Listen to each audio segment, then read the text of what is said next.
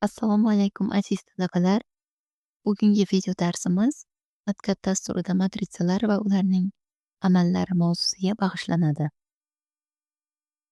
Matritsalar chiziqli algebra, fizika, ehtimollar nazariyasi va kompyuter hisoblashlarida keng qo'llaniladi.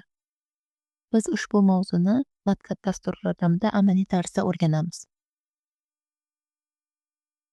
Dars oxirida sizlar matritsaning berilish usullarini, matritsalar ustida amallar bajarishni, teskari matritsani topishni va matritsani transformirlashni o'rganib olasizlar. Avvalo matkat dasturini ochib olamiz.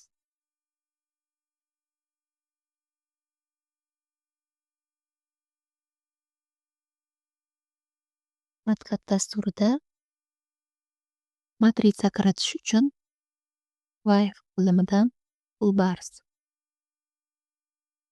Matrix paneli tanlanadi. Demak, matkatda matritsa kiritish ikki xil usulda amalga oshiriladi. Birinchisi mana Matrix panelidagi birinchi belgini bosish orqali yoki Ctrl M tugmasini bosish orqali. Demak, matritsa kiritish uchun matritsani biror harf bilan belgilab olamiz. A harf bilan belgilasak, A teng, yo'q teng demaymiz. A ikki nuqta qo'yamiz.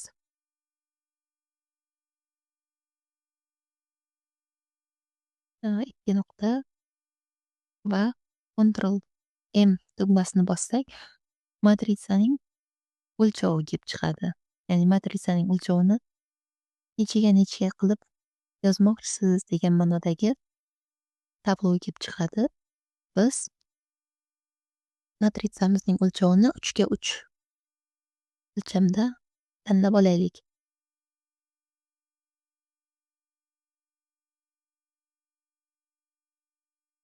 Ozgina kattalashtirsam. Demak, A matritsamizning elementlarini yozib chiqamiz. Ixtiyoriy sonlardan iborat bo'lgan matritsa.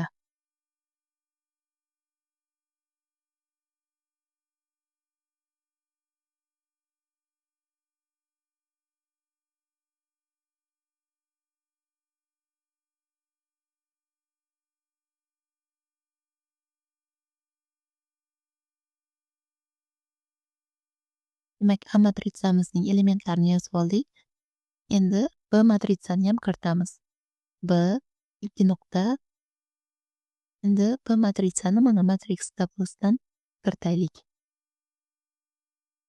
Demak, uning o'lchovi ham 3 ga 3. B matritsaning elementlarini kiritib chiqaman.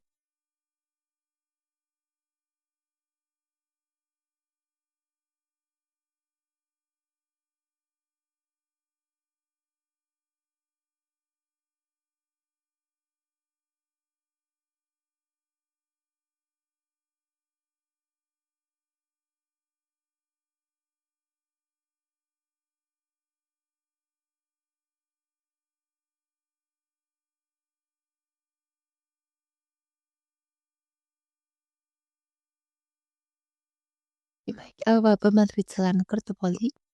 Endi matritsalar ustida amallar bajarishga o'tamiz. Ya'ni ikkita matritsani qo'shish uchun ekranning ixtiyoriy pastki bo'sh joyiga borib, A plus B ko'rinishida endi bu yerda ikki nuqta emas, tenglik belgisini bosamiz. Demak, mos elementlarini dastur avtomatik ravishda qo'shyapti. Matritsani matritsaga qo'shganda va ayirganda e'tibor berishimiz lozim bo'lgan narsalardan bittasi o'lchovlari bir xil bo'lishi kerak. Ya'ni A va B matritsalar teng o'lchovli bo'lishi kerak. Bu yerda bizning matritsalarimiz mana o'lchovlari 3 ga 3 ikkalasi ham teng. Ayirganda ham xuddi shu qo'shganimiz kabi A minus B tenglik belgisini bossak, dastur avtomatik qo'shadi. Demak, keyingi amalimiz matritsani matritsaga ko'paytirish. Demak, A ko'paytirilgan B Keyin yangi matritsa hosil bo'ldi. Matritsani matritsaga ko'paytirgan paytimizda A ko'paytirilgan B teng emas B ko'paytirilgan A ga. Hozir haqiqatda ham shundaymi? Tekshirib ko'ramiz. Mana haqiqatda ikki xil matritsa hosil bo'ldi. Elementlari har xil. Va A va B matritsani ko'paytirayotgan paytimizda birinchi matritsaning ustunlar soni ikkinchi matritsaning qatorlar soniga teng bo'lishi kerak. Endi keyingi amalimiz matritsani ixtiyoriy lambda songa ko'paytirish, ya'ni ixtiyoriy 2 degan son olaman. A matritsani ko'paytiramiz. Ya'ni 2 ko'paytirilgan A va tenglik belgisini bosamiz. A matritsamizning har bir elementi shu o'zgarmas 2 degan songa ko'paytirildi. Endi keyingi amallarimizdan biri bu matritsaning determinantini hisoblash. Matritsa determinantini hisoblash uchun matriks tablosidagi panelidagi determinant belgisi ustiga bosamiz.